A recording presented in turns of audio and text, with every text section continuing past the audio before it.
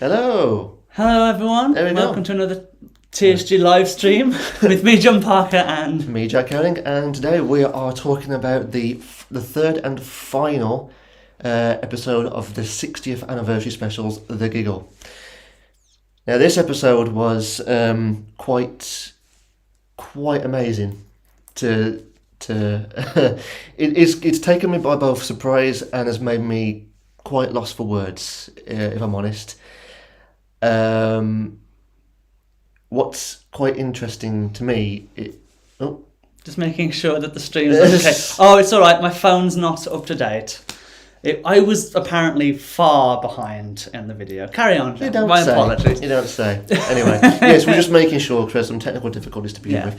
But yes, so The Giggle. Wow, I mean, we started off with an absolute amazing beginning to the episode. Obviously, we got taken back to 1925, where obviously the toy maker was technically in residence. And the start of this episode, there was a very menacing tone to it, a very mad and menacing, quite interesting tone, which I found quite interesting, especially from a Doctor Who episode, don't you think? And there was a lot of that throughout the whole episode, and like especially where the toy maker's dolls come to life. I got a very an interesting mix between like Chucky and Jigsaw. I think Russell's definitely improved with his scary points. Oh, I think yeah. taking some leaves from Stephen Moffat's book. I mean, the fear factor for this episode was, quite high. And even considering that, even though obviously it's not completely horrifyingly scary like you'd see in most common, horror films and horror shows, it's, it is still Doctor Who at the end of the day, but that extra element to the content of the show, it just made it seem more entertaining, didn't it? So yeah, I absolutely I loved that element that RTD has brought into this. So I'm absolutely thrilled to have that. Now, so what are you doing? Carry on. Go on, carry on. No, I just wonder what you're doing. I'm just grabbing the chat so that I can see it on this screen rather than up there. Oh, doesn't matter. Ignore me. Just carry on. Anyway, so obviously we go straight back to where we left off from the last episode, where Earth has basically been just turned into absolute chaos, and obviously the Doctor and Donna are trying to figure out what's actually happened. So, how do I drag? How do you drag on a Mac? There, look, there you go. See? Why didn't that work for me? Oh, it's because I'm retarded. Oh, okay. Right, carry on. Leave it alone. No, I'm trying to. Got it. Carry on. Right, now, so, what was I saying? Donna. So yes, the Doctor and Donna. Hello, General Grievous. Nice to see you again. So yes, the Doctor and Donna are trying to figure out what actually happened to Earth, and of course, from that moment on, we got Unit coming in, and obviously trying to work with them to try and figure out what's actually been going on. And of course, we get the introduction afterwards when the Doctor figures out where this originated from. The first confrontation between our toy maker and of course the 14th Doctor. And now there's something I wanted to add on that, because when the 14th Doctor first saw the Celestial toy maker, again after was technically really like 3,000 plus years, that reaction between the two of them was just absolutely amazing. You saw the fear and the dread on Tennant's Doctor's face. It was just so surreal and amazing to see, because you could see how terrified he really was, trying to figure out how he got into this universe and this reality. I loved it, and of course, as you liked as well, you loved Neil Patrick Harris's performance. He was so good, and the accent changes as well. He did an English accent quite good because of the fact that he did that on A Series of Unfortunate Events. He did, yes. And I forgot that he was an Englishman in that, and how good he was at doing it. He did French at the start, German, stuck with German, then he went to British, then he did American, he did his American accent briefly whenever he did, that makes it all right then. Every time it was about the deaths that weren't actually deaths. And as Cody just pointed out, obviously he had the French accent as well, didn't he? You know, because before they encountered him in 1925, he was dancing with him, you know, in that tuxedo with the top hat. Yeah. And I mean, so yeah, we've got French, we've got German, we've got the English one. It was quite. The performance was amazing from him. And as my friends know.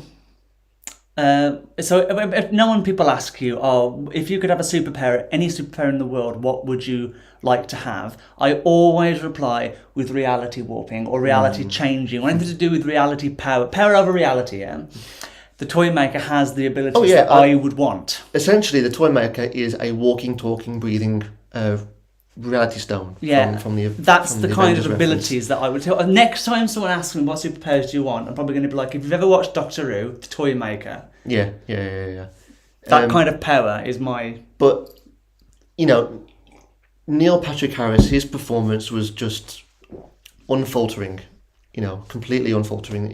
It was absolutely amazing, and I thoroughly enjoyed his performance as the toy maker, and so. Yeah, there's so much to go through with this episode. It was now in the past we've had it before where Doctor Who has been too rushed. The pacing has been way too quick. While there's all also that feral. Sorry. Oh yeah, all cue from Star Trek. Yes, or you know we've had a very fast paced, a very kind of too quick of an episode with a decent story behind it from like the Moffat era and obviously from Chibnall as well, although his wasn't good by any standards. But with this one, it was a really good balance between it being fast paced and also telling a really good story, because there was a lot going on, but the way it was told and the way everything unravelled, it was an absolutely perfect balance in terms of the writing, and I really enjoyed that. And not only that, but it helped you understand it more, because it meant that some things didn't really have to be explained too much. Mm-hmm. You could kind of work it out for yourself, and it just made perfect sense. You know, there's a lot to be said when a good well written story can, you know, you can understand it without having to explain details, if that makes sense. Yeah. Quick question. Mm-hmm. How do you zoom on a web browser in this? Could you make that pop out like bigger? The chat's right there, John. Yeah, my eyes aren't working right.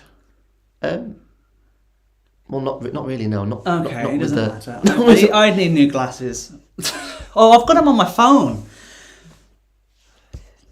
You can tell it's been a long day. It has been a long day. We've been to Cardiff today, and unfortunately the train's been absolutely chaotic, to say the least, but we won't go there. So, you know, following on from how well written the story was, it obviously what came after the confrontation, or the final confrontation between oh my God, the Doctor. Yeah, I know, ignore it. Between the Doctor and the toy maker, obviously was the part where will you stop messing? Just stop messing. I don't like that screen not being right.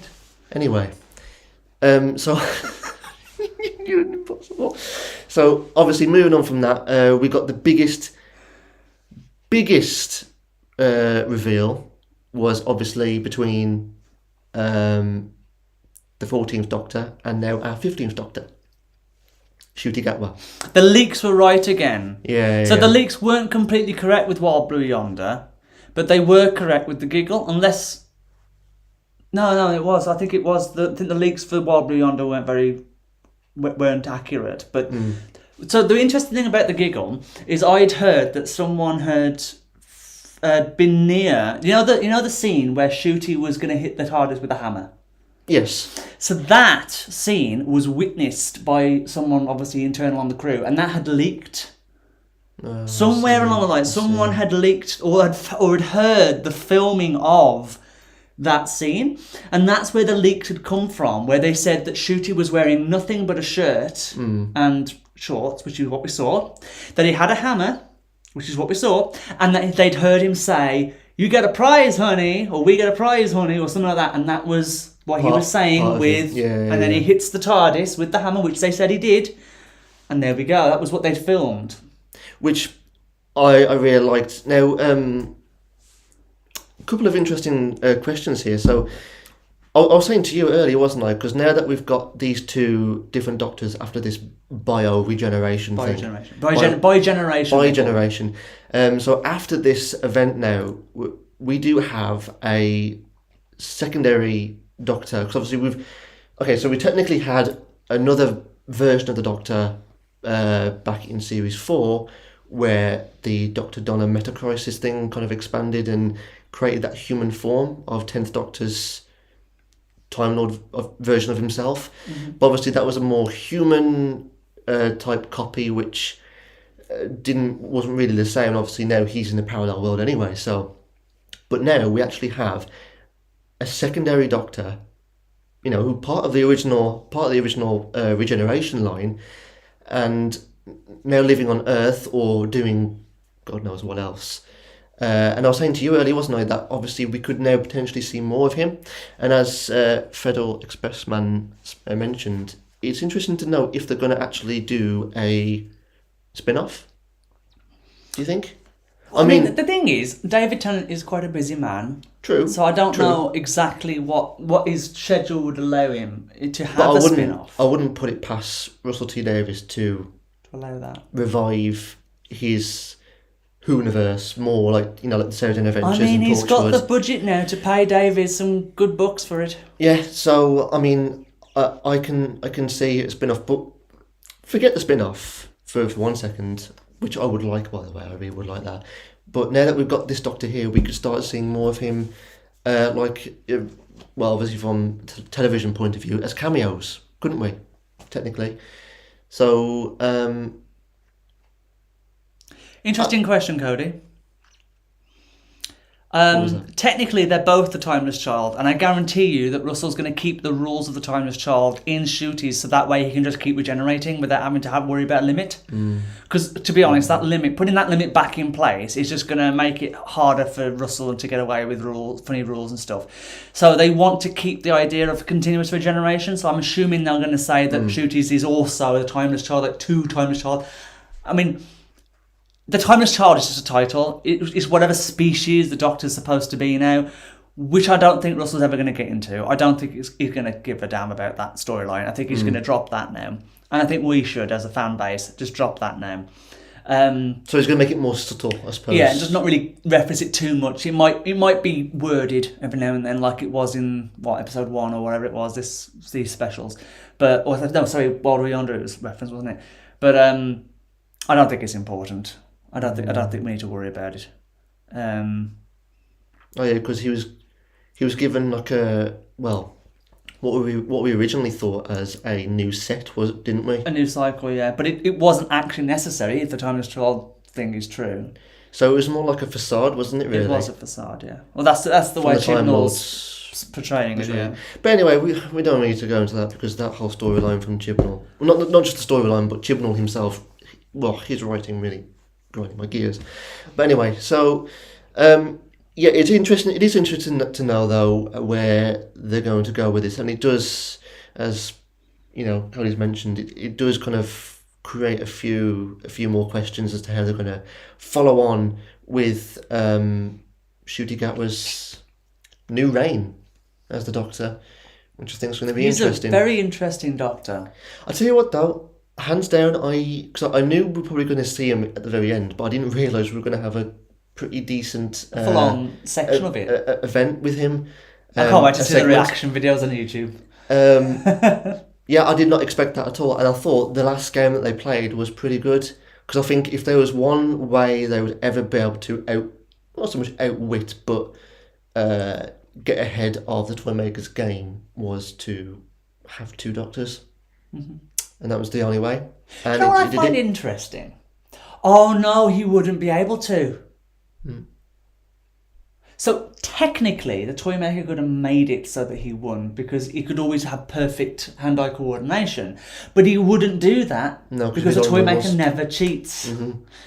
Right? Okay, makes sense. The rules were literally he did it on purpose. Yeah. We were literally throwing the balls between three humanoid type figures. Yeah. So while he could have done that, he would never allow himself to do that because he never cheats. Yeah. And I think that's quite admirable. You know what reminds me? There's one entity, one individual that the toy maker reminds me of. And for those gamers out there who know of the series, The Witcher 3, Hearts of Stone, the toy maker does resemble a lot of Gaunter O'Dim, Master Mirror. In short, Master Mirror was basically like a demon, like a djinn. But the thing is, he never actually came. Well, no one knows where his origins were. And he was the man who could grant any wish that you wanted, but with a cost. You could have any wish that you want, but in the end, he will come for your soul. Now, he had a mastery over many things, time being one of them. He could stop time with a clap of his hands. Now, Geralt always thought that that Gaunter O'Dim or Master Mirror was a bog standard demon, djinn, but we never knew who he was because when Geralt asked the question, Master Mirror actually denied him that wish and said that, for one time only, I will not grant you your wish because you do not want to know who and what I am. Not in those words exactly, but basically like that. And the only way Geralt could defeat him was to play a game that he wanted, set with his rules. And he did. So it just reminded me a lot like that. And it was quite resemblant of Toymaker. So it was quite an interesting villain. And of course, a couple of hints that we got in this episode too. One being when the Doctor and the Toymaker were sitting together doing cards. Do you remember the Toymaker mentioned about the people that he'd beaten? And there was one group that he was talking about that the Doctor was asking questions. Who are you talking about? What are they? Who are they? The one who waits. The one who waits. That's been referenced now twice. That being the second time. Where was the first? The trailer. The one who waits. It was in the trailer. Oh, well, it's interesting to know, and also. And I don't think when Beep the Meep said the boss. It wasn't the Toymaker. It wasn't the Toymaker. It was whoever the one who waits is. Exciting! The arc has been set. It is quite exciting. Now, I mean, would you say it's the Master? Doubtful, because apparently Russell said that with the new series 14, it's going to be brand new stuff again, just like how Chibnall did with series 11, completely brand new stuff. The idea being that this is a soft reboot. They want us to get started with people who won't know the show, so because this is all on Disney Plus and what have you. So, whatever we see in series 14 / season 1 will be. Or should be, because obviously Russell lies, should be new stuff. Because you mentioned that he was in his tooth, wasn't he? What was that about? That gold tooth. And then it was on the floor. Inside the tooth. Well, I tell you what. So when the Master died, and we saw that woman, the woman with the red the green nails polish, picking the ring. Okay, I'm colourblind. Picking up the Gallifreyan ring. Well, I thought that was very reminiscent to that. So, I've got a feeling that was a way to bring the Toy Master back. The weird thing is, though, the hand who picked that up, that was Kate. Kate was wearing the red nails, I think. Crits and that if need be. Don't tell me that you need to try and keep a piece of the Toy Maker and that they're going to accidentally release him back into the universe again. Well, no, that tooth was apparently the Master, so it could be, hey, what if it's like a cross between the Master and the Toy Maker? Wait, the Master? Oh! Like a cross between... Wait, that's what the Toymaker said. He beat the Master and trapped him in his tooth. Which is funny because the last time I saw the Master he was trapped in that weird kind of netherworld type thing, wasn't he? Do you remember? Or was he? I may have gotten mixed up now. Do you remember? Yes, he was. He got killed and regenerated on that weird world with his TARDIS.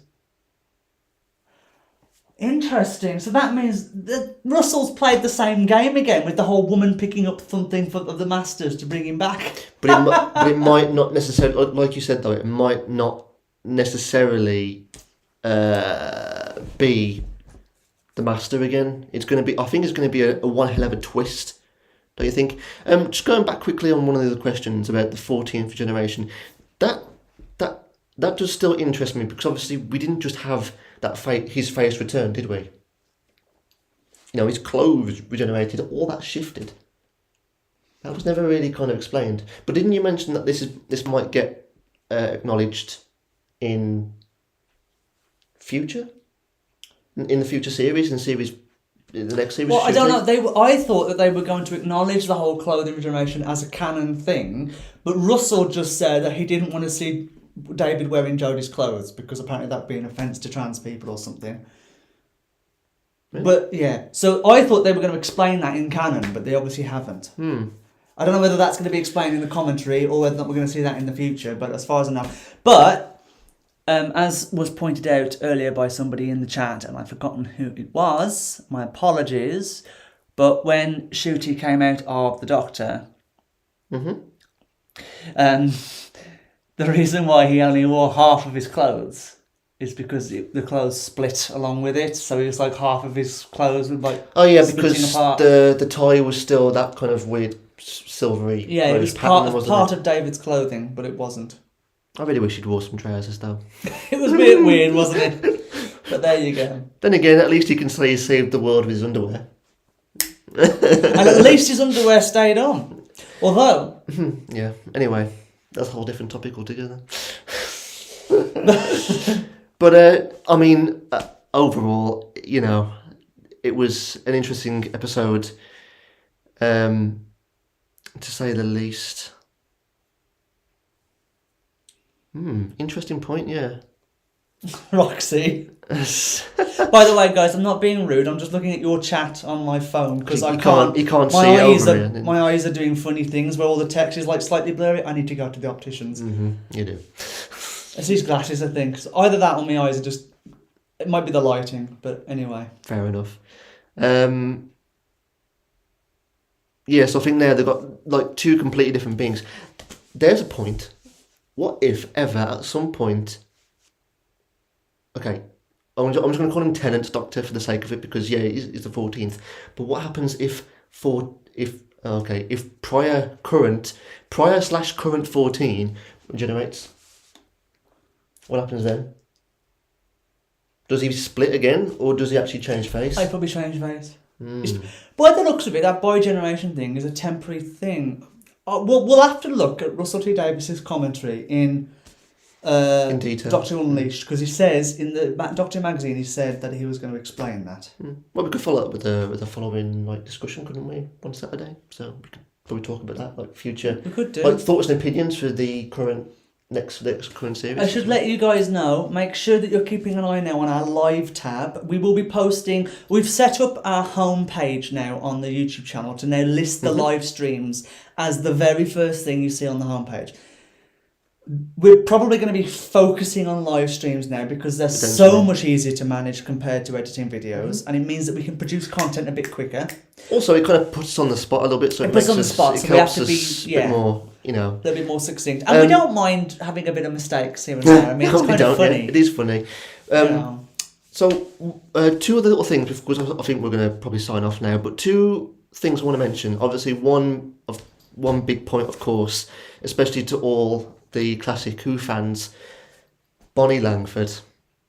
I knew she was going to be in this episode. Langford. I mean, we can't really even talk about her. I knew she was going to be in this episode because we saw there was a picture of Neil Patrick Harris coming towards us when he did the dancing scene in the middle of the unit. Yeah. And in the background there was a woman, red-headed woman, wearing Bonnie Langford's clothes that we'd seen in the series 14. Oh, you mean the end of The Power of the Doctor?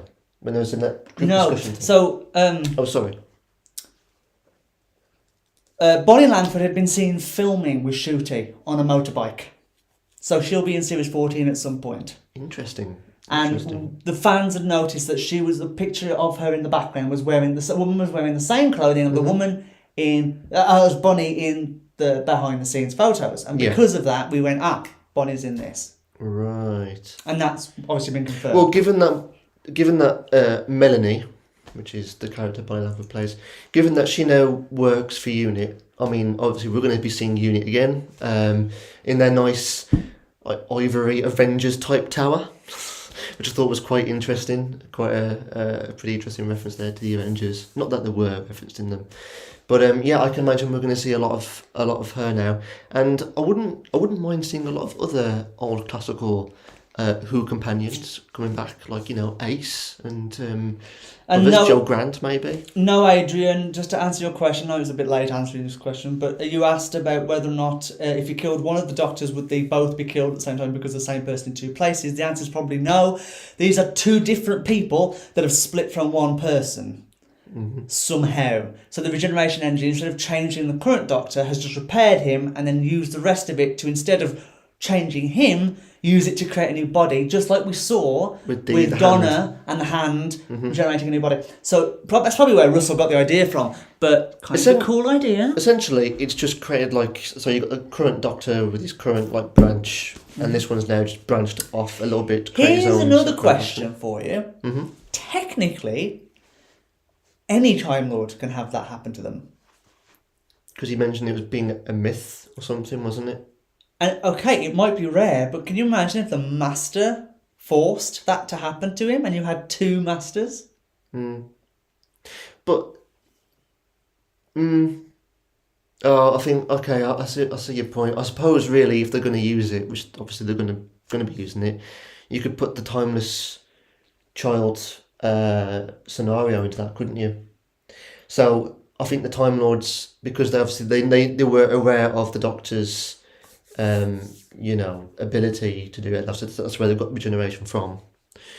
They must have known that the ability was possible, but they could never achieve it because obviously, even though they had, for lack of a better putting it, the Doctor's DNA inside them to help them regenerate, they didn't have the full strand.